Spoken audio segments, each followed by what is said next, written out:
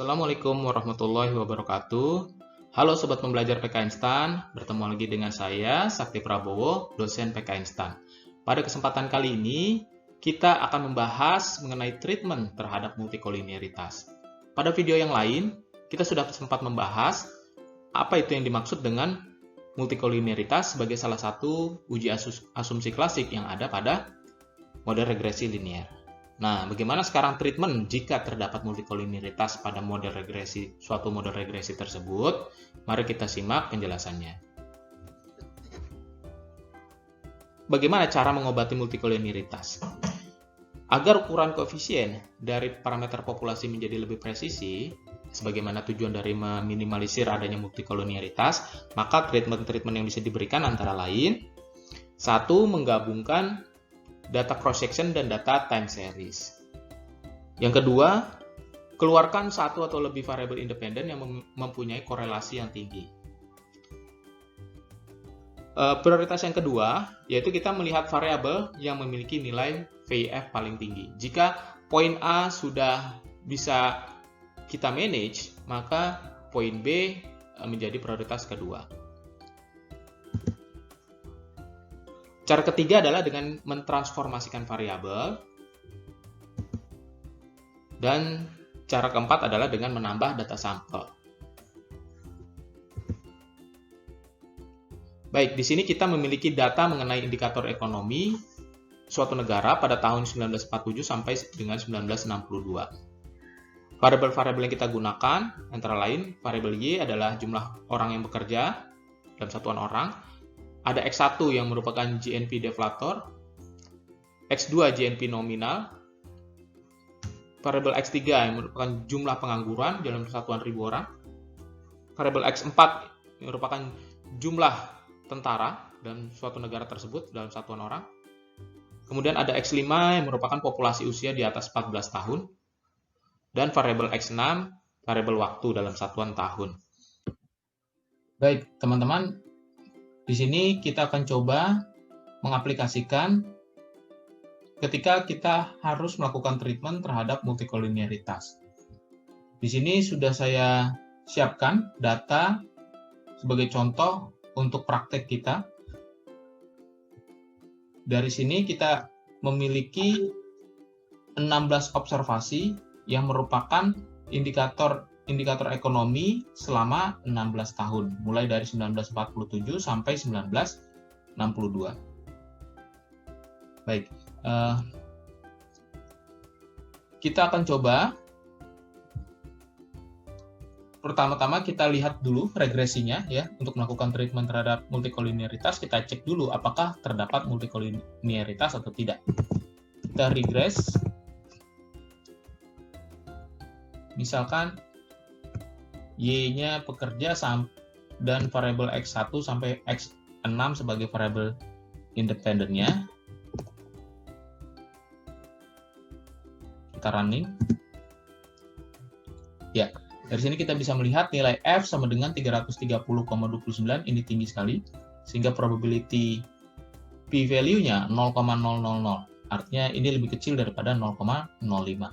R-square-nya 0,995, artinya nilai goodness of fit-nya sudah cukup tinggi ya. Namun demikian, walaupun uji keseluruhan model ini sangat signifikan dengan goodness of fit yang sangat baik, tetapi kita perlu melihat uji parsialnya. Di sini probability terhadap uji T kita melihat X1 sebesar 0,8 yang artinya dia tidak signifikan terhadap Y. X2 0,313 yang artinya dia juga tidak signifikan terhadap Y, dan ada juga X5 0,826 yang tidak signifikan terhadap variabel Y.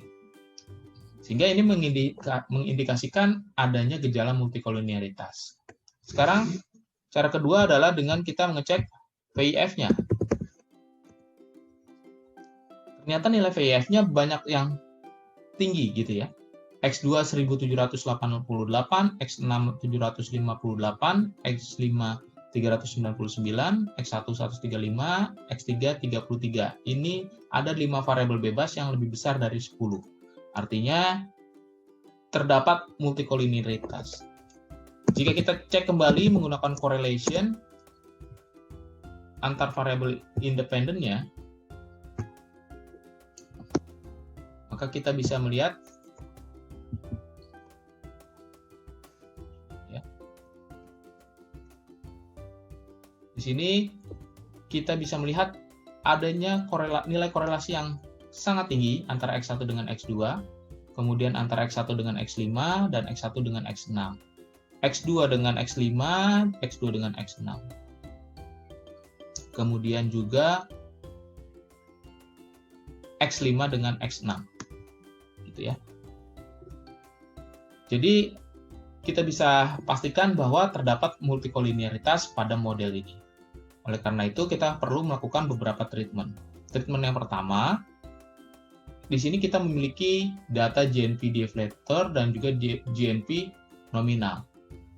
Di sini kita akan mencoba mentransformasikan, kita akan mencoba mengkonversikan X1 dan X2 ini, di mana X2 itu GNP nominal, kita ubah menjadi GNP real. Di mana GNP real rumusnya adalah GNP nominal dibagi GNP deflator. Karena X2 itu sangat besar, maka ini menjadi krusial untuk kita lakukan treatment. Kemudian kita lihat lagi variabel X5 dengan X6 ini juga cukup tinggi, di mana nilai populasi di atas 14 tahun dengan nilai waktu itu berkorelasi cukup tinggi. Di antara dua variabel ini, yang secara keilmiahan bisa kita hapus adalah waktu. Maka waktu akan coba kita drop dari model. Sehingga kita coba lagi model regresinya. Model regresi yang baru, X1 dan X2 kita konversi menjadi GNP real. Ya. Sehingga ini tetap Y, variabel independennya, kemudian variabel bebas pertama, lalu ada X3, X4, dan X5. Kita coba running. Nilai R-square-nya menurun tetapi tidak terlalu signifikan. Nilai F-nya masih signifikan. Kemudian di sini kita melihat lagi X5 yang nilainya memang belum signifikan. X5 adalah ukuran populasi. Maka mungkin kita bisa drop ukuran populasi tersebut. Kita regress lagi.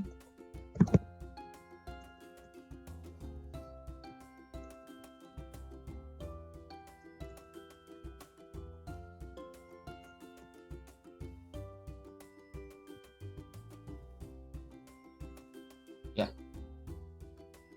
Dari sini kita sudah bisa melihat nilai F-nya yang masih tetap tinggi, nilai R-square-nya yang tetap masih tinggi. Kemudian uji parsialnya ya, pada uji T menunjukkan nilai yang signifikan pada semua variabel bebasnya. Sehingga bisa kita katakan efek multikolinearitas sudah diminimalisir.